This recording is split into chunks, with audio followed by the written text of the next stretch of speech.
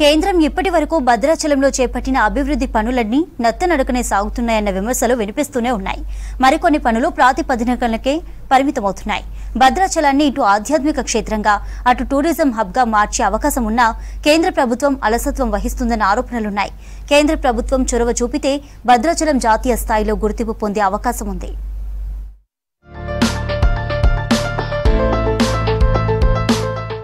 భద్రాచలం అభివృద్ధి కోసం బీఆర్ఎస్ ప్రభుత్వం కానీ కేంద్ర ప్రభుత్వం కానీ అమలు కాని హామీలు తప్ప ఇప్పటి వరకు చేసిందేమీ లేదంటున్నారు స్థానికులు.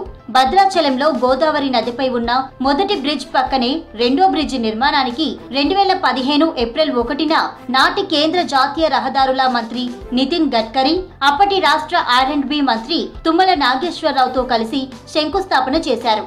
36 పిల్లర్లు, 12 మీటర్ల వెడల్పు, ఇరువైపులా 4 అడుగుల ఫుట్పాత్ తో 2016 నాటికే పనులు పూర్తి చేయాలని నిర్ణయించారు.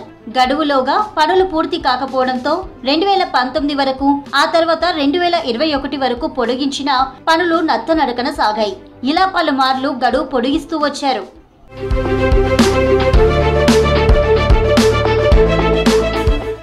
ప్రస్తుత కాంగ్రెస్ ప్రభుత్వం అధికారంలోకి వచ్చాక మంత్రి తుమ్మల నాగేశ్వరరావుతో జాతీయ రహదారుల అధికారులకు అల్టిమేటం జారీ చేసి చివాట్లు పెట్టారు. దీంతో ఆగమేఘాల మీద రెండు వైపులా అప్రోచ్ రోడ్లను పూర్తి చేసి ఈ ఏడాది ఏప్రిల్లో జరిగిన శ్రీరామనవమి రోజున రెండో బ్రిడ్జిని లాంఛనంగా ప్రారంభించారు.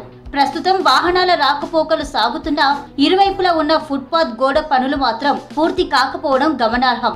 బడ్జెట్ అందుబాటులో ఉన్నప్పటికీ జాతీయ రహదారుల శాఖకు చెందిన రెండో బ్రిడ్జి నిర్మాణానికి 9 ఏళ్లు పట్టింది.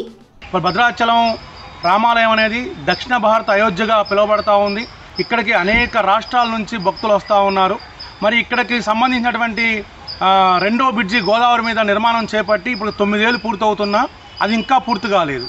మొన్న శ్రీరామనవమికి అరకొరగా పూర్తి చేసి ఏదో కొన్ని వాహనాలను పంపించే ప్రయత్నం చేశారు, కానీ పూర్తి స్థాయిలో ఇంకా ఆ బ్రిడ్జి పూర్తి కానటువంటి పరిస్థితి కనబడతా ఉంది. కేంద్ర ప్రభుత్వం యొక్క నిర్లక్ష్యాన్ని ఇకనైనా వీడాలి అని ఈ సందర్భంగా మేము కేంద్ర ప్రభుత్వం తీసుకొస్తా ఉన్నాం. కేంద్ర ప్రభుత్వం టూరిజం శాఖల ఆధ్వర్యంలో భద్రాచలం పర్ణశాలలో చేపట్టే ప్రసాద్ పథకం పనులకు రాష్ట్రపతి ద్రౌపది ముర్ము శంకుస్థాపన చేశారు. ఈ పనులు సైతం ఎక్కడ వేసిన గొంగలి అక్కడే అన్న చందంగా మారాయి. ఏడాది అయినా ఇంకా పునాది దశలోనే ఉన్నాయి.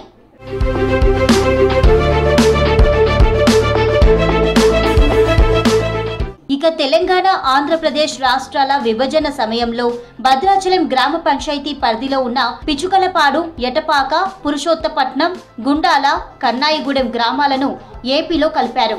భద్రాచలంలో అంతర్భాగంగా ఉన్న ఆ 5 గ్రామాల విలీనంపై సర్వత్రా విమర్శలొస్తున్నాయి. భద్రాచలం అభివృద్ధికి ఈ 5 గ్రామాలు కీలకం కావడం, ఆయా గ్రామాల వారు భౌగోళికంగా ఏపీలో ఉండేందుకు ఎదురవుతున్న ఇబ్బందుల దృష్ట్యా తెలంగాణలో విలీనం చేయాలని ఎప్పటి నుంచో కేంద్ర ప్రభుత్వాన్ని కోరుతున్నారు. అయినా కేంద్రం నుంచి ఇంతవరకు స్పందన లేదు. భద్రాచలం పట్టణం 5 గ్రామ పంచాయతీలు తెలంగాణలోకి రాకపోవడం ద్వారా పాలనా వ్యవస్థ కుంటుపడతా ఉంది. పట్టణ ప్రాంతం భౌగోళికంగా విస్తరణ చెందకపోవడం వల్ల ఈ ప్రాంతంలో అనేక రకమైన ఇబ్బందులు తలెత్తా ఉన్నాయి. కొత్తగా పరిశ్రమలు రావాలన్నా, కళాశాలలు, విద్యాసంస్థలు ఏర్పాటు కావాలన్నా ఈ ప్రాంతం వెనకబడతానికి గురవుతూ ఉంది. మరి దేశంలో ఉన్నటువంటి ఉత్తరాన ఉన్నటువంటి అయోధ్య మీద ఉన్న ప్రేమ మన మోడీ గారికి భద్రాచలం మీద, దక్షిణంలో మన రాముడి మీద ప్రేమ లేదని ఈ ప్రాంత ప్రజలు అపహాస్యం వ్యక్తం చేస్తూ ఉన్నారు. దేశవ్యాప్తంగా పేరుగాంచిన భద్రాచలానికి రోడ్డు మార్గమే తప్ప రైల్వే సౌకర్యం లేదు. ఈ క్షేత్రానికి 45 కిలోమీటర్ల దూరంలో ఉన్న కొత్తగూడెంలో రైల్వే స్టేషన్ ఉంది.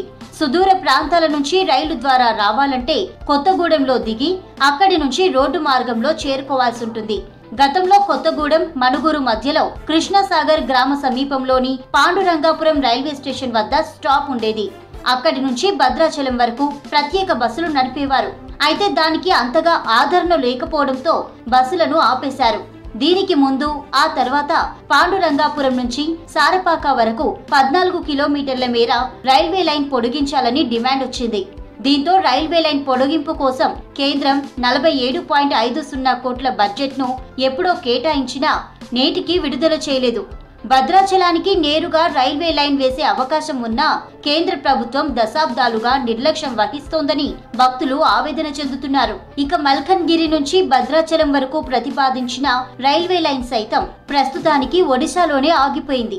భద్రాచలానికి భక్తులు 4 రాష్ట్రాల నుంచి వస్తూ ఉంటారు. బ్రిడ్జి, ఆ రెండో బ్రిడ్జి స్టార్ట్ చేసి సుమారుగా 9 సంవత్సరాల పాటు ఇక్కడ నత్తనడకన నడిచి అరకొరగా మొన్నటి నుంచి స్టార్ట్ అవటం జరిగింది. పూర్తి స్థాయిలో పనులు అవ్వలేదు. ఇంకా ఆ బ్రిడ్జి నిర్లక్ష్యం అనుకోండి, రామాయణ సర్క్యూట్ అనుకోండి, అలాగే రామాయణ ప్రసాద కార్యక్రమం అనుకోండి, ఇవన్నీ నడుస్తున్నాయంటే ఒక భారతదేశంలో ఆధ్యాత్మిక కలగా పార్టీని కలిపిలకమైనటువంటి పార్టీ ఏదైనా ఉందంటే భారతీయ జనతా పార్టీ.